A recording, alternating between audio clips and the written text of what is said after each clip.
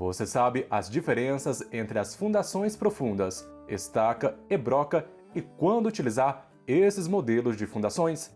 Nesse vídeo, eu vou te mostrar alguns parâmetros de projetos e cuidados com a execução. A partir de agora, menos improviso e mais ciência.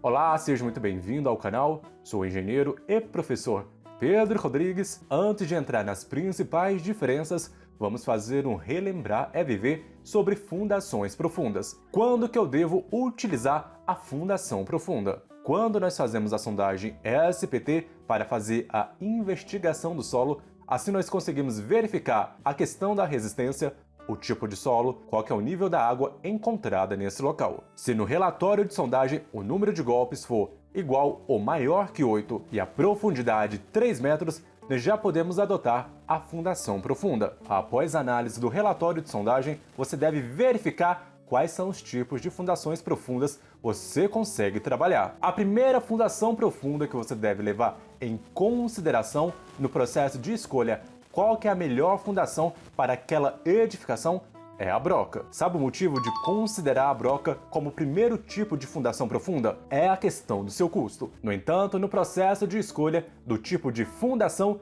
nós temos que considerar que a broca tem as suas limitações. Quando a carga do pilar for superior a 40 toneladas-forças, a broca não é aconselhada. E vale ressaltar que o seu comprimento não deve ultrapassar 6 metros, mas daqui a pouco nós vamos entrar em detalhes sobre a questão da broca. O comportamento da fundação profunda é diferente da fundação rasa.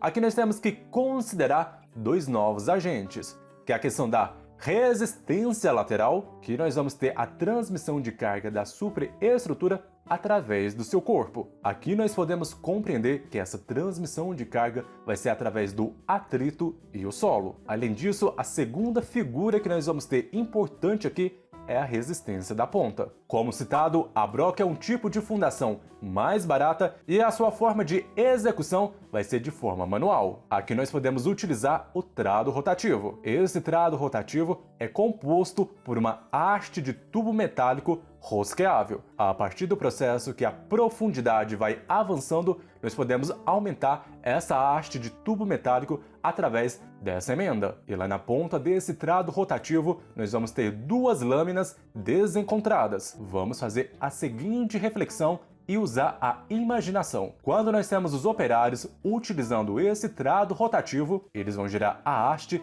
e nesse processo de rotação, nós vamos ter a perfuração do solo. E essa abertura do furo, ela garante o preenchimento do cilindro com solo e também garante a abertura do furo. Isso tudo ao mesmo tempo. Esse processo é feito ao longo da sua profundidade. Assim que vem a necessidade de aumentar a haste, basta fazer a questão do rosqueamento de uma nova haste. E um ponto que você não pode esquecer, que a broca ela não é aconselhável execução abaixo do nível da água, já que posteriormente nós vamos ter a concretagem e o concreto com a água em excesso não garante uma boa resistência. Uma vez que nós temos o furo pronto, é aconselhável que você faça pelo menos no fundo da base desse furo uns 20 centímetros de argamassa. Essa argamassa de cimento e areia ela vai possibilitar que na hora que você fizer o lançamento do concreto da sua broca, as britas não ficam desagregadas do concreto. Assim nós vamos diminuir o risco de falha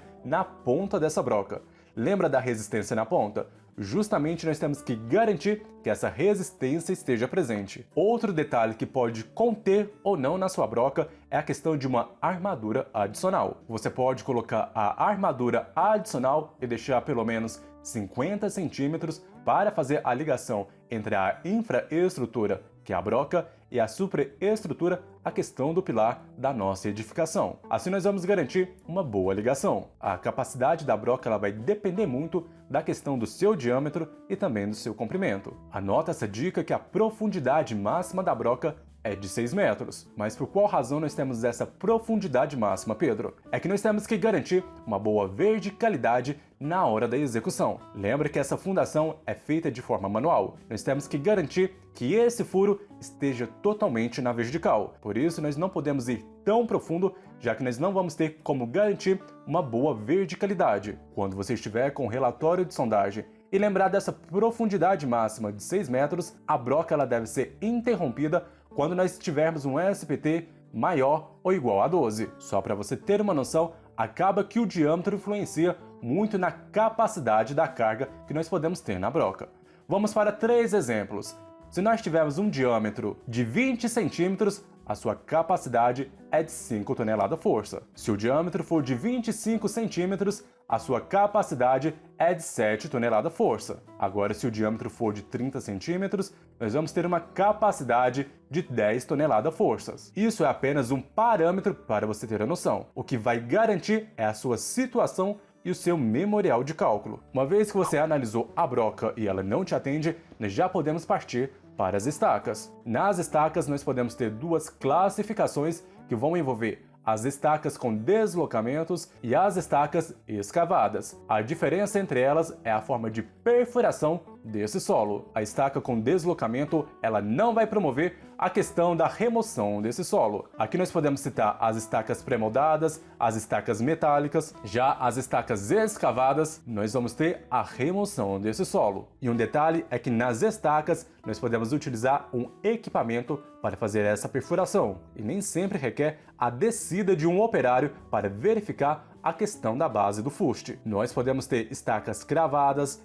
escavadas e até mesmo estacas injetadas. Na metodologia de cálculo, nós podemos ter semi-empírico, por exemplo, Quaresma, que é uma excelente bibliografia para começar a aprender sobre as estacas, que vai envolver a questão da sua resistência na ponta e também lateral. E o centro de gravidade da estaca deve estar alinhado com o centro de gravidade do pilar. Provavelmente você já ouviu falar sobre bloco com 2 estacas, bloco com 3 estacas e assim por diante. O número de estacas pode ser estimado através da carga do pilar sobre a capacidade da nossa estaca. E o modelo de estaca que eu quero te apresentar aqui é o modelo de estaca Strauss. Assim vai possibilitar que você possa comparar com o modelo de broca. O primeiro ponto de diferença com as brocas, a estaca Strauss apresenta uma maior qualidade, o que vai possibilitar uma maior carga. E a perfuração da estaca Strauss acontece através do balde Strauss, aonde nós vamos ter um cilindro de aço e em uma das pontas nós vamos ter uma portinhola rotatória. Como se trata de uma execução mecânica,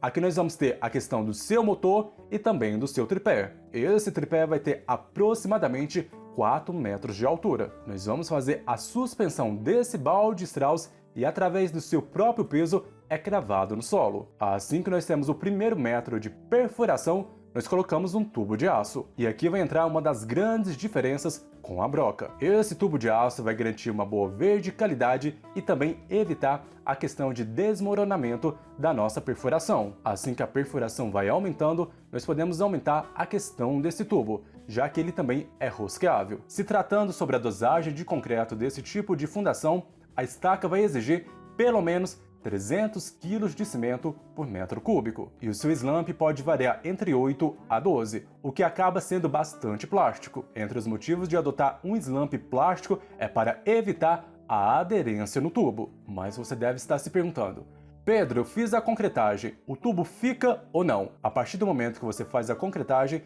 nós podemos fazer a remoção desse tubo de aço. E vale lembrar que a concretagem da broca ela é feita um pouco acima do nível da base. O motivo é que nós devemos fazer a cota de arrasamento, o que vai possibilitar depois os acertos e o nivelamento dessa base. Tanto a broca como a estaca, elas podem ser armadas e isso vai depender muito da questão do seu projeto. Podemos ter barras de 6.3, podemos ter barras de 8 mm, e isso vai depender muito da demanda e da capacidade que você tem que ter entre essas fundações. Aqui também você pode utilizar a armadura adicional, assim você vai garantir a ligação com outros elementos da fundação.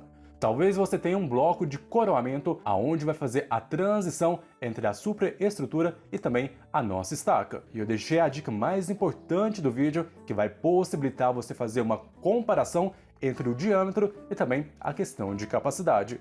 Aqui eu vou te dar também 3 modelos de diâmetro e uma possível capacidade que você pode ter. Se for um diâmetro de 25 centímetros, uma possível capacidade em tonelada-força é de 20. Se o diâmetro for de 35, a sua capacidade vai ser de 40 tonelada-força. E se o diâmetro for de 45 centímetros, a sua capacidade vai ser de 60 tonelada-força. Isso é apenas um parâmetro para você conseguir comparar com a broca e também depois fazer a comparação com o seu projeto. Espero que tenha ficado esclarecido as principais diferenças e como adotar cada tipo de fundação. Deixe aqui nos comentários se você pretende utilizar a broca ou a estaca. Te faço convite, visite o nosso site estruturasebim.com. Te espero no próximo vídeo e um forte abraço!